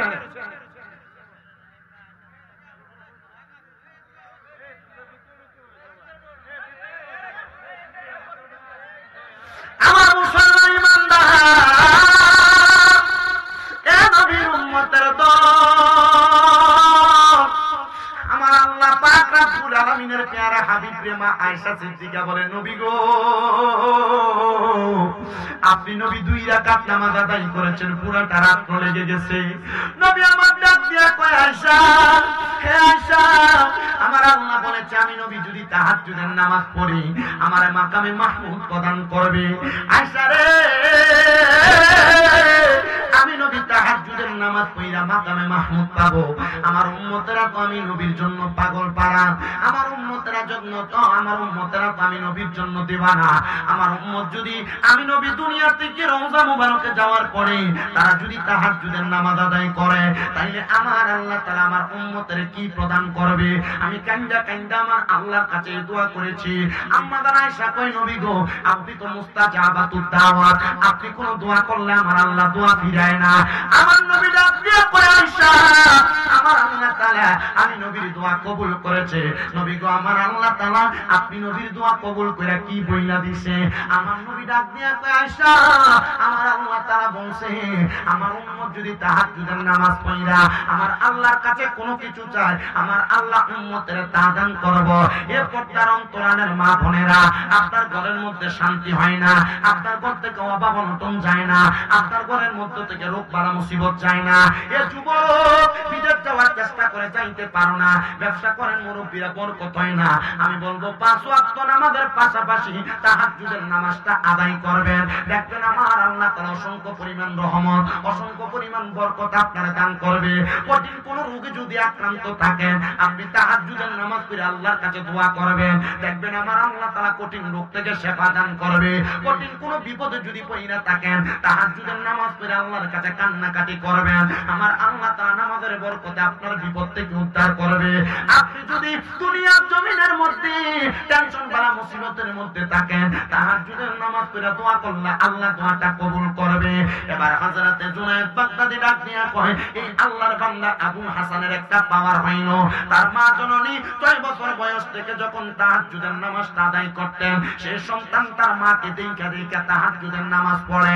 ওই সন্তানের তাহাজ্জুদ নামাজ যখন পড়ে, তার নামাজটা আমার আল্লাহর কাছে একাগ্রতার সাথে কবুল হয়ে যায়। সে যখন নামাজ পড়ে, তার নামাজের সময় আল্লাহর অসংখ্য পরিমাণ রহমতের ফেরেশতারা তার ঘরে নাযিল হয়। এই জন্য তার ঘর থেকে আসমান পর্যন্ত একটা নূরের তাজাল্লি দেখা যায়। এবার ডাক দিয়ে কই, হুজুর এই নূরের তাজাল্লি যেহেতু দেখা যায়, আমার তো স্ত্রীর গর্ভের মধ্যে কোনো সন্তান হয় না, আমার স্ত্রী দুনিয়ার জমিনে কেমন ভাবে চলাফেরা করে, আমি কত চিন্তা করলাম আমার স্ত্রীর কেন সন্তান হয় না, আল্লাহর কাছে কত দোয়া করলাম, আল্লাহ তো আমাদেরকে একটা সন্তান দান করে না। এখন না ডাক্তার ভাই হইছে, ডাক্তার ভাইয়ের কত রকমের চিকিৎসা বের করছে, স্বামীর দোষ না স্ত্রীর দোষ এটা ডাক্তার বলতে পারে, কিন্তু মুসলমান ও নবীর উম্মতের দলেরা একটু অন্তরের কানটা লাগে বয়ানটা শ্রবণ করবেন, তখন কিন্তু স্বামী স্ত্রীর দোষ বাহির করা যাইতো। মানে এখন যে যুগ আসছে, স্বামীর যদি সমস্যা হয় ডাক্তার বলতে পারতেন যে স্বামীর সমস্যার কারণে বাচ্চা হচ্ছে না, স্ত্রীর সমস্যা হলেও ডাক্তার বলতে পারেন যে স্ত্রীর সমস্যার কারণে বাচ্চা হচ্ছে না। এগুলো কিন্তু আল্ট্রাসোনোগ্রাফির মাধ্যমে বলা যায়, কিন্তু তখন সেই সমস্যার সমাধান ছিল না। হযরতে আবুল হাসানের ওই আল্লাহর বান্দাটা ডাক দিয়া বলতেছেন, তিনি যার বাড়িতে বসবাস করেন, তিনি বলতেছেন আমার স্ত্রীর গর্ভ থেকে 11 বছর পর্যন্ত কোনো সন্তান হয় না, 11 বছর কোনো সন্তান হয় না। আপনি বলেন হুজুর এমন কোন মাধ্যম আছে যে মাধ্যমের মাধ্যমে আমি সন্তান পাইতে পারি? এবার আবু হাসান ডাক দিয়ে কয়, বাবা আপনি কি আল্লাহর কাছে কামনা করেছেন সন্তানের জন্য? বলে হ্যাঁ, আমি আমার আল্লাহর কাছে কম দোয়া করি নাই। এবার ডাক দিয়ে কয়, আপনার স্ত্রীকে আল্লাহর কাছে কামনা করেছে সন্তানের জন্য, আপনারা কোন আমার আল্লাহর কাছে কামনা করলে আল্লাহ সন্তান দিতে পারে কি পারে না? কিন্তু বাবারে আমার আল্লাহ তাআলার কাছে আপনি ডাইরেক্ট কামনা করতে গেলেন, পাইলেন না তো পাইলেন না, কারণ আপনার দুনিয়া এবং আখিরাত আপনি ক্লিয়ার করার জন্য কোন হক্কানি রব্বানি মাশায়েখে আযম পীরের হাত আপনি ধরেন নাই। যেহেতু সাবজেক্টটা শানে আউলিয়া, আউলিয়া কেরামের শান ও মানাজমতের বয়ান আমি আপনাদের কাছে করব। আপনি যদি হক্কানি একজন পীরের হাত ধইরা আপনি যদি ওনাদের তালিম তরবিয়ত মোতাবেক চলাফেরা করেন, তাহলে আপনি দুনিয়া থেকে ইন্তেকাল করার আগ পর্যন্ত আপনার আখিরাত পরিষ্কার হয়ে যাবে। কারণ আপনি দুনিয়াতে আখিরাতকে সুন্দর করার জন্য আপনি কাজকর্ম করেছেন। এই জন্য আশেক বলে, ওরে চাইলে কেউ পীরের বস্তু নাহি নিতে পারে, আবার উপযুক্ত হইলে দয়াল কান্দিয়ানে কাছের তারে, কান্দিয়ানে কাছে আর জোর করিয়া দিবে তোরে, জোর করিয়া দিবে তোরে বাবে যত প্রেম জ্বালা, কেউ বুঝিতে পারে না রে পীর মুর্শিদের খেলা, আরে ওলি আল্লাহর খেলা। আর জোর করিয়া বুঝতে গেলে, জোর করিয়া বুঝতে গেলে তার ঘটে মরণ জানা, কেউ বুঝিতে পারে না রে ওলি আল্লাহর খেলা, আরে পীর মুর্শিদের খেলা। জবান বন্ধ নাই, চিৎকার মেরে বলেন ইয়া বলি আল্লাহ। মুসলমান ও নবীর উম্মতের দলেরা, বাচ্চাটার বয়স মাত্র 8 বছর, 6 বছর থেকে তাহাজ্জুদ করে, তাহলে 6 বছর 7 বছর 8 বছর তাহাজ্জুদের নামাজ পড়ছে টানা 3 বছর। ডাক দিয়া কয়, ও বাদশা আপনি তো আল্লাহর কাছে চাইছেন, আপনার বউও তো চাইছে, কোনদিন জামাই বউ দুইজন এক লগে চাইছেননি? বেটারা কত দোয়া করেন আপনারা, দোয়া দি কবুল হয় না। ওই যে বাসর রাইতে ঢুকাই দিয়ে 2 রাকাত নামাজ পড়াইছিল, এরপরে বউরে লয়ে কবে 2 রাকাত নামাজ পড়ছেন? বুকটা তার দিয়ে কর। এতে লাইলাতুল মেরাজের রাত যায়, বরাতের রাত যায়, কই বউরে লয়ে তো 2 রাকাত নামাজ পড়েন না। আপনি কত সুন্দর বিল্ডিং ঘর বানান, আপনার বিল্ডিং ঘরে বারান্দা থাকে, আপনার বিল্ডিং ঘরে 2টা 3টা ওয়াশরুম থাকে, আপনার বিল্ডিং ঘরে কত সুন্দর ড্রয়িং রুম থাকে, একা একা ইবাদতের জন্য একটা ঘর থাকে না। কি কথা কন না কেন? আল্লাহ বুঝার তৌফিক দান করুন। আমার মুসলমান ইমানদার, এ নবীর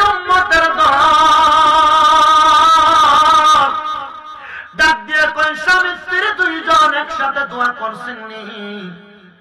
একসাথে দোয়া করলে আল্লাহ দোয়া কবুল করে, কিন্তু আমরা সমাজে নতুন নতুন মাসালার ফতুয়া দেই না, বেদার অভাব নাই। আয়া কয় সম্মিলিত দোয়া করা বেদাত, এমন সিটিং আছে না নাই? কথা কয় না আছে না নাই? এই সিটিংটির কারণে বর্তমান যুব সমাজ ধ্বংসের পথে যাইতেছে। আগে কত সুন্দর তারাবির নামাজ পড়তাম আমরা, 20 রাকাত। যুবকটার কানের মধ্যে মাথার মধ্যে ফতুয়া দিয়া দিতে, ফতুয়া ঢুকাই দিতে, কয় 8 রাকাতের বেশি কোনো তারাবি নাই, নবীজি 8 রাকাতের বেশি পড়ছে না। এবার রমজান মাস আসলে মসজিদের ভিতরে সামনের কাতারে 20 রাকাত তারাবি সবাই পড়ে। এবারে নতুন মাসালা শিক্ষা, নতুন ফতুয়া শিক্ষা, মসজিদের সামনের কাতারে 8 রাকাত করে মুরব্বিরা ডেয়া ডেয়া বাইর হয়। আপনারা কোন এমন সিটার মার্কা মুসল্লিও বাংলা সমাজে আছে না? না, আপনারা ইবাদতের একবার কাইটটা ফাংশন করে দিতেছে। একবার নির্বাচনে দাঁড়াচ্ছে, নির্বাচনে দাঁড়াইয়া তো নির্বাচনে যারা দাঁড়ায় দেখবেন এরা সাদা সাদা পাঞ্জাবি আর পায়জামা করে না, সাদা পাঞ্জাবি পায়জামা পরে। আল্লাহ রহমত হইলে বেটা নির্বাচনে দাঁড়াইয়া বেটা দৌড়ে যায় কইছে, এগো আমি তো সুন্দর একটা পায়জামা কিনে আনছি সাদা, এটা তুমি একটু কষ্ট করে 2 আঙ্গুল কাটটা শুরু করে দিও। বউ কইছে এত ভাবতাম না, বাজার থেকে কিনছেন কমাই আনতেন বললেন না, এটা দেন। বেটা চিন্তা করলো, জোর নিজের বউরে কইলাম দিল না, পুতের বউরে একটু কইয়া দিই। পুতের বউর কাছে গেছে, বগো তুমি তো আমার কলিজার টুকরা ছেলের বউ, তুমি একটু ফাললে আমার পায়জামার একটু 2 আঙ্গুল কমাই দিও। বাবা আমি তো আপনার নাতির দুধ খাওয়াইতেছি, আমি ভাবতাম না ছোট বউরে যায়, ছোট পুতের বউরে যায় কইতেছে তুমি আমার পায়জামাটা একটু কাইটা দিও। বেডি খুব আদর যত্ন করে নিয়া বেডি এটার 2 আঙ্গুল কাটছে, কাইটা এটা সুন্দর করে সেলাই করে নিয়ে আলনার উপরে রাখছে। বড় পুতের বউ বাইরে কইতেছে আরে আব্বা দিছে, কইরা দিল না কেউ। এবেডি যায় এটার আরো 2 আঙ্গুল কাইটা সেলাই করে আবার আইনা রাখছে। পরে নিজের বউ বাইরে দেখতেছে কি রে পায়জামাটা এটা রেখে গেল, পায়জামাটা কেউ কমাই দিল না, বেডি নিয়ে এটা আরো 2 আঙ্গুল কাটছে। কয় আঙ্গুল হইছে? 6 ইঞ্চি করে কাটছে, 2 ইঞ্চি করে কাটছে। কয় ইঞ্চি হইছে? আচ্ছা কোন ফ্যানটারে যদি 6 ইঞ্চি কাটে এটা কি ফ্যান না হাফ প্যান্ট?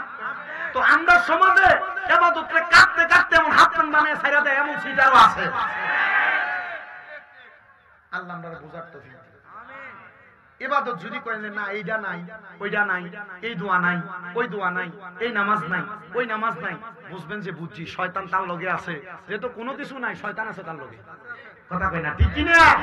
আল্লাহ বুঝার তৌফিক দিক। এই যে সবে নারাজ গেল, কত মসজিদের ভিতরে তালা ঝুলছে, ঠিক কি না? আল্লাহ আমাদের বুঝার তৌফিক দান করুন, জোরে কোন আমিন। আমার মুসলমান ইমানদারের তরেরা এবার ডাক দিয়ে কয় জামাই বউ এক লগে দোয়া করবা। এ পর্দার অন্তরালের মা বোনেরা মনে রাখবেন, এক লগে দোয়া করলে দোয়া কবুল হয়। তো যারা কয় এক লগে কোনো দোয়া নাই, আমি গত জুমার আগের জুমা আমার মসজিদের সম্মিলিত দোয়ার ব্যাপারে আমি একটা হাদিস শরীফ পড়ছিলাম। নবী আমার নবীজির হুজরা মুবারক থেকে বের হইয়া নবীজির কলিজার টুকরা সাহাবী আনাস রাদিয়াল্লাহু তাআলা ঘুরে নিয়ে বের হইছেন। বের হওয়ার পরে আমার নবী ডাক দিয়া কয় আনাস তুমি আমি যা দেখতেছি তুমি দেখতে পাও কিনা? আনাস রাদিয়াল্লাহু তাআলা ডাক দিয়া কয় ইয়া রাসূলুল্লাহ না আমি দেখতেছি না, তবে আমি দেখতেছি আপনি তাকিয়ে আছেন, একসাথে অনেকগুলা লোক আসমানের দিকে হাত উঠে দোয়া করতেছে। আমার নবী ডাক দিয়া কয় আনাস আমি শুধু এইটা দেখি না, আমি দেখতেছি যারা যারা দোয়া করতেছে তাদের প্রত্যেকের হাতের মধ্যে আল্লাহ তাআলার নূর দেখা যায়। আনাস রাদিয়াল্লাহু তাআলা ডাক দিয়া কয় ইয়া রাসূলুল্লাহ আপনি দোয়া করেন আমি যেন সেই নূরটা দেখতে পাই। আমার নবী দোয়া করলেন। আনাস রাদিয়াল্লাহু তাআলা বলেন আমি তাকে দেখলাম, এবার নূরটা আমার চোখ দিয়েও দেখতেছি।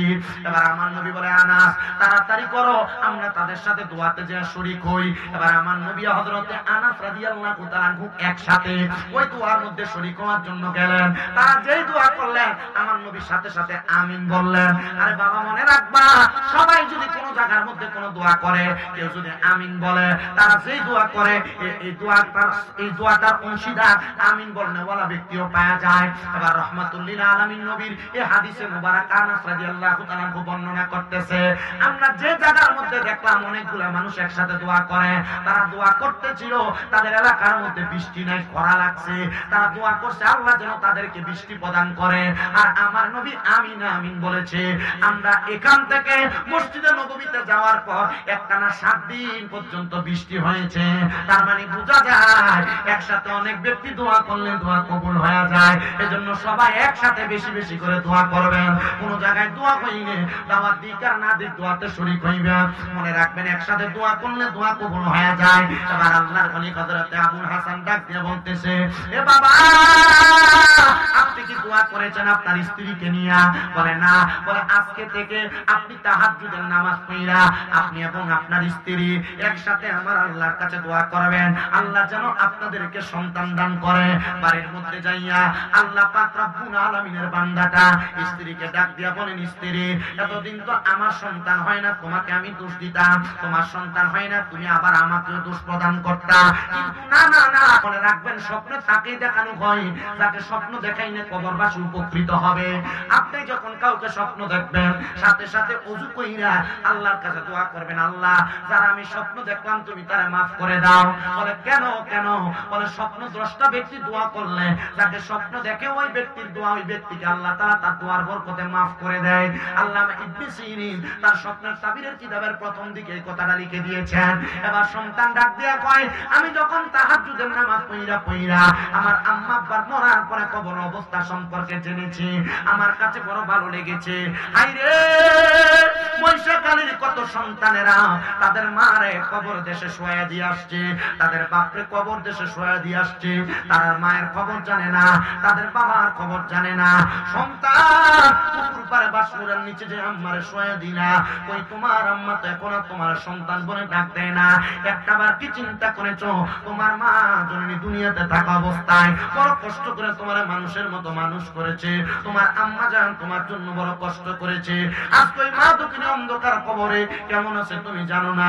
এই জন্য তো আসে শুনে শুনে লাগতেছে, ওরে 3.5 হাত গর্তে ফেলে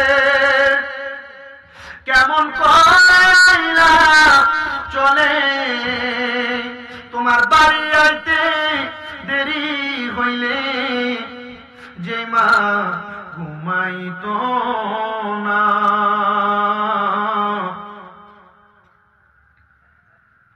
ওই কবর দেশে মায়ের পাশে একটু রইলি না রে, কবর দেশের খবর লইলি না। কেমন আছেন বাবা মনি, কেমন আছে মা জননী, একটা বারো ফিরা চাইলি না। ওই মা বাবারে কষ্ট দিয়া দুনিয়াতে দিন কাটাইয়া কোনদিনও শান্তি পাবি না আরে, কবর দেশের খবর লইলি না। আরে আমার যুবক এ মুরব্বী বাবারা, এ পর্দা নসিনী মা বোনেরা, ওই আব্বা জান তোমার বড় কষ্ট করে মানুষের মতো মানুষ করেছে, কিন্তু বর্তমান সমাজে তো পোষা, বর্তমান সমাজের পোলাপানে তো পোষা, তাদের স্ত্রী তাদেরকে কথায় কথায় বলেছে, তোমার আব্বা আম্মার কি তুমি একা সন্তান নি, আর তো 2-3 ভাই আছে, তুমি কেন তোমার মা বাপরে একা একা খাওয়াও? এই কথা শুই না সন্তানেরা তাদের মা বাপরে জুদা করে দেয়, এই কথা শুই না সন্তানেরা তাদের মা বাপরে আলাদা করে দেয়, মা বাপ এক সপ্তাহ এক ঘরে আরেক সপ্তাহ আরেক ঘরে ভাত খায়, এই কথা শুই না অনেক সন্তানেরা তাদের মা বাপকে আলাদা করে দেয়, সকালে এক ঘরে ভাত খায় রাত্রে এক ঘরে ভাত খায়। হায়রে কত মা বোনেরা কত আম্মারা আব্বারা তারা ঘরের মধ্যে বালিশের মধ্যে মাথা লাগে লাগে রাত্রবেলা কান্না করে তারা বালিশ ভিজায়। কারণটা কি? কারণ তারা ফুটে তারা লোক ঘোষা গলায় কথা কয়, তারা সন্তান তারা ডান দিয়ে কথা কয় না, তারা সন্তান তারা বাদ দেয় না। সন্তান বুইলা গেছো তোমার আব্বা জানের কষ্টের কথা, তোমার আব্বা জানের জুতাটা চিরা চিরা পায়ের গোড়ালিটা রাস্তার সাথে লাগতো, তোমার আব্বা জান কোন দামি জুতা পরে নাই, তুমি সন্তানদের নতুন জুতা কিনা পরাইছে, আজকে ওই আব্বা জান অন্ধকার কবরে। এ সন্তান ঈদের দিনে আব্বা জান কোন নতুন জামা কাপড় পরে নাই, তোমার আব্বা জান অন্ধকার কবরে। আব্বা জান কবরে কেমন আছে তুমি জানো না। হায়রে তোমার কাছে টাকার অভাব নাই, কিন্তু তোমার আব্বার বড় অভাব। আব্বা জানলে 1000 টাকা টাকা দিয়ে একটা দামি লুঙ্গি কিনা পাঞ্জাবি কিনা পরাইতে পারো না। এ সন্তানের দল, তোমার আম্মা জান অন্ধকার কবরে। মনে আসেনি তোমার মা কাপড় রাস্তার মধ্যে 10-20 টাকা বাইন্দা রাখতো, তুমি সন্তান কই টাকাটা মা জননী খুইলা দিয়া দিত, কিন্তু মা নিজের কাপড়টার সেলাই করে করে পড়তো। আইরে আজকে তোমরা সন্তানের কাছে কত টাকা, কিন্তু তোমাদের মা দুঃখিনী দুনিয়াতে নাই। ওই মা দুঃখিনী অন্ধকার কবরে। ওই আম্মা আব্বারে অনেক সন্তানরা বাদ দেয় না, আম্মা আব্বারে কষ্ট দেয়, আম্মা আব্বারে ধমক দেয়। দেরে আমার মহিষাকালীর যুবক, দেরে আমার মুরব্বী বাবারা, তোরা পাও আমার সামনে দে, আমি আমার জিব্বা লাগাইয়া তোমার পা পরিষ্কার করে দিব। তবু আদা করবা, এখান থেকে বাড়িতে গিয়ে মা বাবার পায়ে ধরবা, আম্মা আব্বার পাউডার মধ্যে ধরে বলবা, মা ও আব্বা জান, আল্লাহর রাস্তে আমি সন্তানকে মাফ করে দেন। যতক্ষণ পর্যন্ত তোমার মা বাবা তোমার বলছে মাফ করে দিছি, ততক্ষণ পর্যন্ত মা বাবার পাও তুমি ছাইরো না। বলে কেন কেন? ওই আম্মা আব্বার বলে কষ্ট দিয়া, আম্মা আব্বারে নারাজ কইরা তুমি মক্কা মদিনা হজ করতে গেলে হজ কবুল হবে না, নামাজ পড়লে নামাজ কবুল হবে না। আম্মা আব্বা যদি খুশি হয়ে যায়, আল্লাহর নবীর হাদিসে মুবারাকা, রাদা রব্বি ফি রিদাল ওয়ালিদাইন, আম্মা আব্বার সন্তুষ্টিতে আমার আল্লাহ তাআলা সন্তুষ্ট হয়ে যায়। কেউ যদি ওই মা বাবার মনে কষ্ট দিয়া থাকো, ওয়াদা করে কাম থেকে বাড়িতে যা মা বাবার পায়ে ধরে মাপ চাইবা। আজকে মহিষাকালীর মাহফিলটা কবুল হবে কিনা আমি এটার গ্যারান্টি দিতে পারবো না, তবে একটা কথা বইলা যাই, মহিষাকালীর কোন দোকানে বইসা বইসা কোন মুরব্বিরে যদি আগামী কালকে বলতে শুনো, হ্যাঁ স্বামীর দাদার ওয়াজ শুই না, আমার সন্তান আমার পায়ে ধরে মাপ চাইছে, মনে করবা মাহফিল কবুল হয়ে গেছে। অনেক সন্তান চিন্তা করে, হুজুর আমি কেমনে আমার মা বাবার পায়ে ধরে মাপ চাইবো, আমার তো শরম লাগে, আমার তো লজ্জা লাগে, আমি তো 2 ঈদের সময় মা বাবার পাশে সালামও করি না। আমি বলবো রে সন্তান, সালাম করো আর না করো, আম্মা আব্বার কদমে ধরলে তোমার দাম কমবে না, আম্মা আব্বার কদমে ধরলে তোমার সম্মান কমবে না, আম্মা আব্বার কদমে ধরলে আল্লাহ তাআলা তোমার সম্মান ইজ্জত বাড়ায় দিবে। কিন্তু সন্তানের দল, তুমি তো তোমার মা বাবার কদমে ধরতে চাও না, তোমার শিরিক বেদাতের ফতোয়া দিয়া দূরে রাইখা দেয়। মনে রাখবা, আম্মা আব্বার কদমে শুধু ধরা না, মাঝে মাঝে সুযোগ পেলে মা বাবার পায়ের মধ্যে চুমা দিবা। আম্মা আব্বার কদমে চুমা দিলে আল্লাহর জান্নাতের চৌকারে চুমা দেওয়ার সওয়াব পাওয়া যায়। আইরে সন্তানের দল, আম্মা আব্বার পায়ে চুমা দিব দূরের কথা, অনেকে চিন্তা করে, হুজুর যাদের বাড়িতে আব্বা আছে তারা বাড়িতে যাইয়া আব্বার পায়ে ধরে মাপ চাইবো। হুজুর আমার তো আব্বা নাই, যে আব্বা জান আমার এত কষ্ট করে মানুষ করছে, আমি কার পায়ে ধরে মাপ চাইবো? পর্দানসিনী কত মা বোনেরা কান্দে, তারা আব্বা জান অন্ধকার কবরে, তাদের কাছে টাকা আছে পয়সা আছে, কিন্তু আব্বা জান অন্ধকার কবরে। কে বাবা তুমি কেমন আছো ছোট মাটির ঘরে, তোমার কথা হৃদয় মাঝে পড়ছে বারে বারে, ভালোবাসি তোমায় বাবা বুকটা যে যাইছি রে, তোমার কথা হৃদয় মাঝে পড়ছে বারে বারে, বাবা গো ও বাবা, বাবা গো ও বাবা। আল্লাহ সন্তান জানি তাদের আব্বারে হারায়া আজকের মাহফিলের মধ্যে কান্দে, আল্লাহ তাদের আব্বার কবর জান্নাতের বাগান বানাও। সন্তানের দল, অনেক সন্তান চিন্তা করে, হুজুর যাদের বাড়িতে মা আছে তারা বাড়িতে যাইয়া মার পায়ে ধরে মাপ চাইবো, আমার তো মা নাই, আমি কার পায়ে ধরে মাপ চাইবো? আমি বলবো সন্তানের দলেরা, আম্মা জান যদি কবরে থাকে, আব্বা জান যদি কবরে থাকে, আজকের মাহফিলের যিনি সম্মানিত সভাপতি, আপনাদের পাড্ডা দারুল রহমত সিদ্দিকিয়া দরবার শরীফের গদিনী শিল্পী সাহেব হুজুর কেবলা হযরত মাওলানা মুহাম্মদ শফিকুল ইসলাম সিদ্দিকী হুজুর কেবলার সাথে আখিরি মুনাজাত কইরা আল্লাহর কাছে চোখের মনি ফোঁটার মধ্যে পানি ফেলায় ফেলায় কান্না করবেন। মনে রাখবেন, আপনার পানি ফোঁটাটা মাটিতে পড়ার আগে আমার আল্লাহ তাআলা আপনার মা বাবার জীবনের গুনাহ মাফ করে দিবে। যেহেতু আল্লাহর একজন ওলি, ওলিদের উসিলা আল্লাহ তাআলা দোয়া কবুল করে।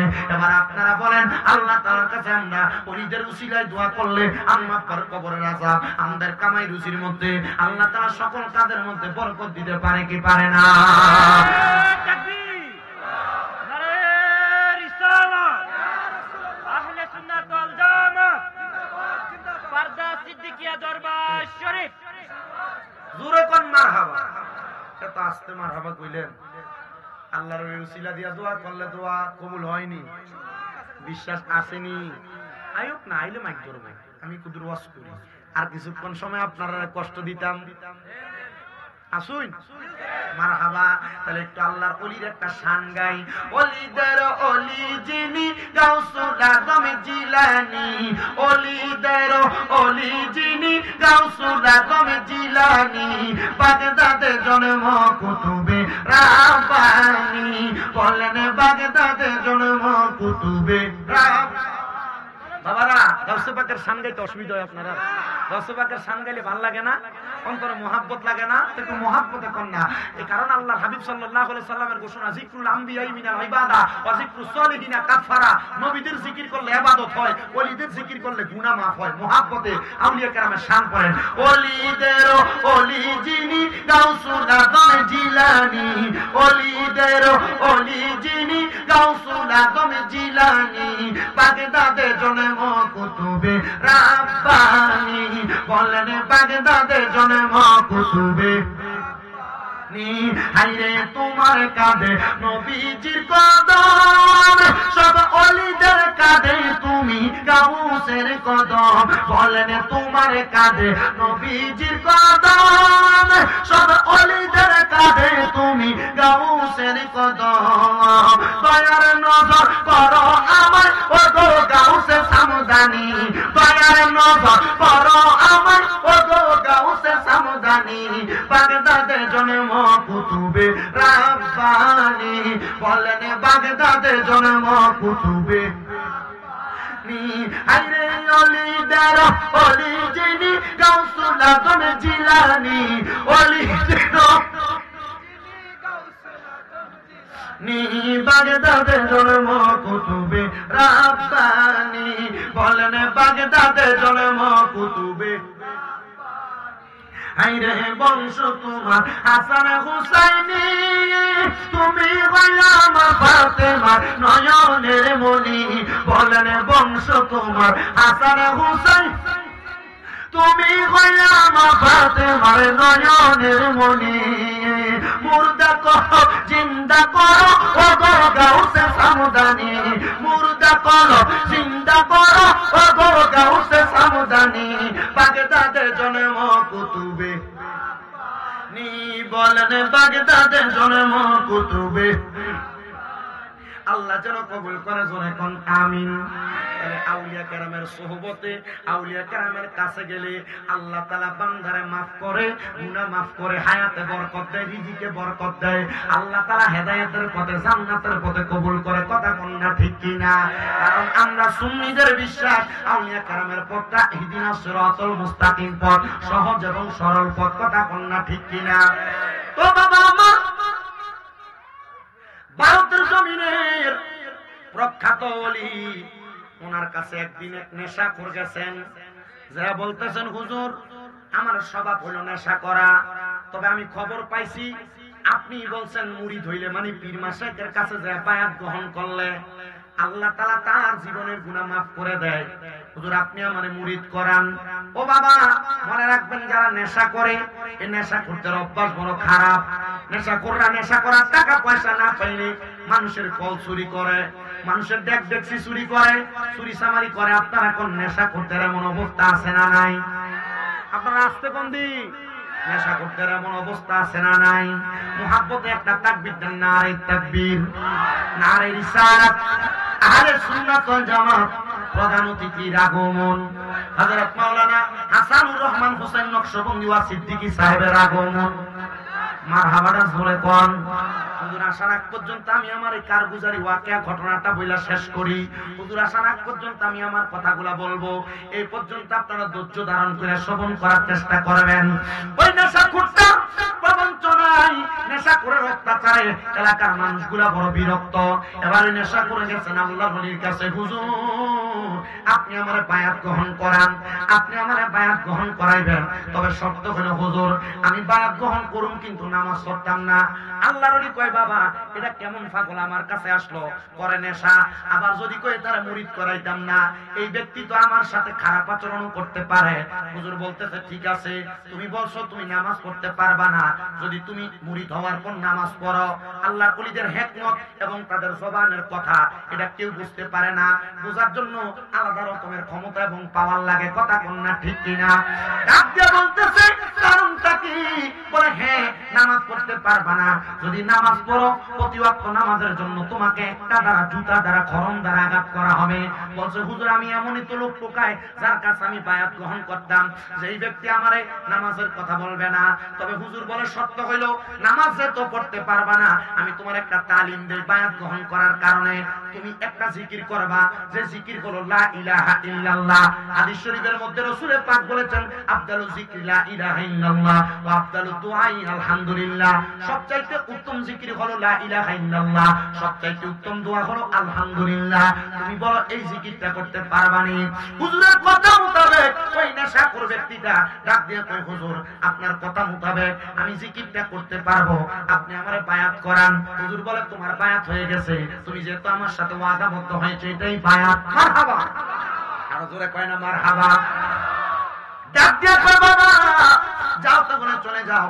এবং নেশাখোরটা যাওয়ার পর হুজুর বলতেছেন এবং যেহেতু আমি নেশাখোরটা আমার কাছ থেকে দৌড়াইছি, আমি আল্লাহর কাছে দোয়া করলাম আল্লাহ এই ব্যক্তিটা তো খারাপ মানুষ, নেশা করে, তার সম্পূর্ণ এলাকার মানুষ বড় নিস্তব্ধ, আল্লাহ তুমি যদি হেদায়েত না দাও, হেদায়েতের মালিক আর কেউ নেই, হেদায়েতের মালিক কে? আল্লাহ। আল্লাহ তুমি তার হেদায়েত নসিব করো, আল্লাহ তুমি তার হেদায়েত নসিব করো, আল্লাহ তুমি তার হেদায়েত নসিব করো। আল্লাহ ওলিদের এমন খাসিয়ত ওনাদের ইবাদতের কারণে, আল্লাহর ওলিদের ইবাদতের পাওয়ারের কারণে, ঈমানের পাওয়ারের কারণে তারা কোন দোয়া করলে আল্লাহ তারা দোয়া ফিরায় না। কারণ হাদিসে মুবারাকার মধ্যে দেখলাম আল্লাহর কোন বান্দা যখন আল্লাহ তাআলার বেশি নফল ইবাদত করে এটার বান্দা থাকে না, এটা বান্দা থেকে আল্লাহর বন্ধু হয়ে যায়। আল্লাহ পাকের পেয়ারা হাবিবের হাদিসে মুবারাকার মধ্যে বলতেছে ওই বান্দা যখন বান্দা থেকে বন্ধু হয়ে যায় তখন বান্দার হাত আর বান্দার হাত থাকে না, এটা স্বয়ং আমার আল্লাহর কুদরতি হাত হয়ে যায়। বান্দার চোখ তখন বান্দার চোখ থাকে না, এটা আমার আল্লাহ তাআলার কুদরতি চোখ হয়ে যায়। বান্দার জবান তখন বান্দার জবান থাকে না, এটা আমার আল্লাহ তাআলার কুদরতি জবান হয়ে যায়। এ মুসলমান, এ নবীর উম্মতের দলেরা, এবার আল্লাহর বান্দাটা আল্লাহর ওলির কাছ থেকে তালিম নিছে, নামাজ পড়তে পারতো না, জিকির করতে পারবো, জিকিরের নাম লা ইলাহা। আস্তে আস্তে কয়, মনে হয় যে একবার উদয় গেছে। জিকিরের নাম লা ইলাহা। আরে আমি না নরম গরম, হুজুর আইতাছে না, একটু মুহাব্বত একটু কইতে হবে, হুজুর আইলে তো না আপনারা দেখলে শান্তি পায়। মারহাবা কোন? আমি আইয়াম না যে অবস্থা দেখছিলাম মাশাআল্লাহ, এই আল্লাহর ওলিরা যদি হুজুরে দেখতো, আমি চিন্তা করি হুজুর ওয়াজ করতো না।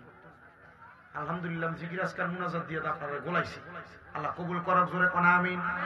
বিরিয়ানি খাওয়ানোর মানুষের দরকার আছে, কারণ তাবারুক তো আরো আগে শেষ রেডি হয়ে গেছে, আল্লাহ যেন কবুল করে, জোরে কোন আমিন। ওই পাগলটা তালিম দিছে নামাজ পড়তে পারবে না তবে জিকির করতে পারবে, বলেন না তালিমটা ভালো না খারাপ? ভালো তালিম।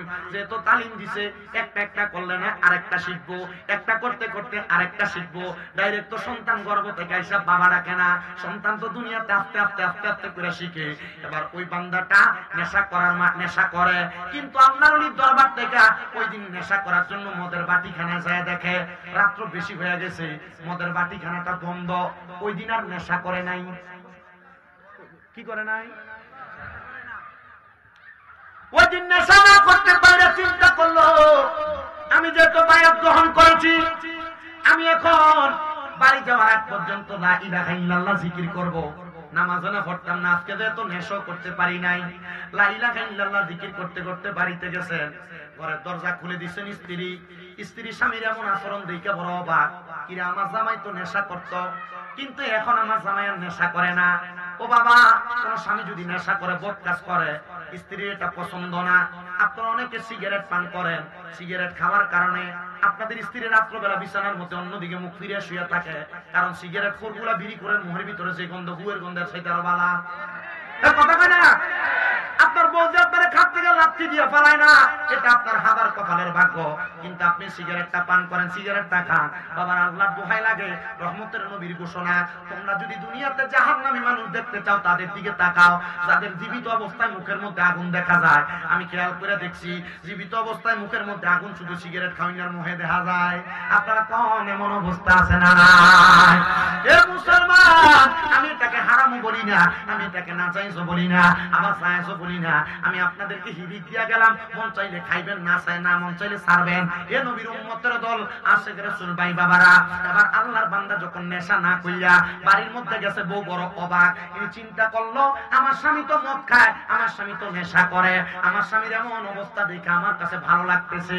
মহিলা রাত্রবেলা আনন্দে আর ঘুমায় না, জামাই ভালো হয়ে গেছে, আজকে মদও খাইছে না, কোনদিন নেশা করে যখন আসে ডুলতে ডুলতে বিছানাতে পড়ে, জুতো খোলে না। আজকে আমার স্বামী কত সুন্দর, স্ত্রী কি খুশি না বেজা? জামাইর বালা বউ দেখতে পারে, কথা কোন ঠিক কিনা? তবে হ্যাঁ, কোন বউ যদি এটা যদি মনে করেন যে শয়তান মার্কা হয়, বলে হুজুর বউ কেমনে শয়তান মার্কা হয়? না, মহিলারা আসলেই ভালো, কিন্তু আল্লাহ তাদেরকে হযরত আদম আলাইহিস সালামের বাম পাজরের বাঁকা হাড্ডি দিয়ে বানাইছে, তো এরা মাঝে মাঝে বাঁকা হয়ে যায়। তবে এরা বাঁকা হওয়ার তিন কারণ। কয় কারণ? মহিলারা বাঁকা হওয়ার কয় কারণ? মহিলারা ঘাউরামি করার কয় কারণ? তিন কারণ। এক নম্বর কারণ, তাদের জামাই যদি পরকীয়া করে, তাদের জামাই যদি তাদের সামনে অন্য কোন নারীর প্রশংসা করে, তাদের জামাই যদি নেশা করে, তাদের জামাই যদি বদকাজ করে, ওই মহিলা তার সংসার অশান্তি করে।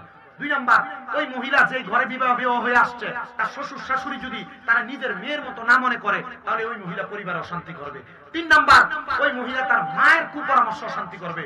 অনেক মহিলার মারা তারা তোর সামনে কি কামাই করে না করে এটার খবর রাখিস, তো তোর ভবিষ্যৎ শেষ হয়ে যাবো। সে তার মা বাপের সবকিছু দিয়ে দিব, তোর কিছু দিত না। তখন মহিলা যখন তার স্বামীর ইনকামের ইন্টারফেয়ার করতে যায়, তখন তার সংসার ভাঙে। কথা কোন ঠিক কিনা? আল্লাহর দোহাই মা বোনদের কাছে আবদার, স্বামী কি কামাই করে তোমার হিসাবের দরকার নাই, তোমার খাবার, তোমার সন্তানের ভরণ পোষণ আদায় করে কিনা তুমি দেখবা। তোমার শ্বশুর শাশুড়িকে তুমি তোমার মা বাবার মতো সম্মান করবা। আর যারা বুড়া বুড়ি আছেন, আপনাদের কাছে আবদার, আপনি আপনার মাইয়ারা যে চোখে দেখবেন, আপনার নিজের ছেলের বউটাকে সে চোখে দেখবেন। তখন আপনি আপনার ছেলের বউর কাছ থেকে মেয়ের মতো আচরণ পাবেন, আপনার সংসার অশান্তি হবে না। কারণ কোন ঘরের ভিতরে যদি ছেলের বউ, যদি কোনো বউ যদি অশান্তি করে, এই পরিবারটা জাহান্নামের মতো হয়ে যায়। আবার যদি বউটা ভালো করে, এই পরিবারটা জান্নাতের একটা সুশীতল জায়গা হয়ে যায়। আল্লাহ আল্লাহ এমন একটা পরিবার প্রত্যেকটা মানুষকে দান করেন, যে পরিবারের মাধ্যমে তারা প্রশান্তি লাভ করতে পারে। কারণ এই পরিবারের অশান্তির কারণে অনেক মানুষ ফাঁসি দেয়, অনেক পুরুষ ট্রেনের তলে মাথা দেয়, অনেক মানুষ রাস্তাঘাটে গাড়ির তলে পড়ে মারা যায়, অনেক ব্যবসায়ীরা ঘুম অবস্থায় মারা যায়, একমাত্র টাকার টেনশনে না, পরিবারের টেনশনে। আপনাদের কাছে আবদার, পারিবারিক টেনশন যেন না হয় এমন ভাবে চলার চেষ্টা করবেন। আর নারী মানুষ, এরা ঘাউরা মানুষ, এরা একটু বাঁকা হাড্ডি দিয়ে তো বানাইছে, মাঝে মাঝে ঘাট তেরা করবে, একটু ছাড় দিয়ে। আল্লাহর হাবিব বলছে, তোমরা তোমাদের নারীদেরকে মা বাবার নাম তুলে গালি দিও না। ইয়া রাসূলুল্লাহ, কেন? বলে আমি নবী মহিলাদের বাবা। চিন্তা করেন, আপনি যদি আপনার স্ত্রীকে অমুক মারানি জি করে গালি দেন, গালিটা রহমতের নবীর উপরে যায় পড়ে, আর মহিলারা সব সহ্য করে, তার মা বাপের গালি দেন সহ্য করে না। যখন আপনি গালি দেন আপনার স্ত্রীকে, তখন আপনার স্ত্রীর মনটা বেজার হয়ে যায়, তখন আপনার প্রতি নারাজ থাকে। রাত্রে ঘুমাইতে যান, খাটে অন্যদিকে মুখ ফিরিয়ে ঘুমায় থাকে, মাঝখান দিয়ে বালিশ দিয়ে দেয়। আসতে কইলেন কেন আপনারা? কথা কি ঠিক না বেঠিক? রাসূল বলেছেন শুধু গালি না, তোমাদের স্ত্রী যদি মাঝে মাঝে কোনো অন্যায় করে, তোমরা তোমাদের স্ত্রীদের মুখের মধ্যে আঘাত করো না। আর আপনার বউ যখন অন্যায় করে ঠাস করে গালে একটা শটকনা মারেন, রাসূল বলেন শুধু তাই না, কেন মারবা না? তোমাদের স্ত্রী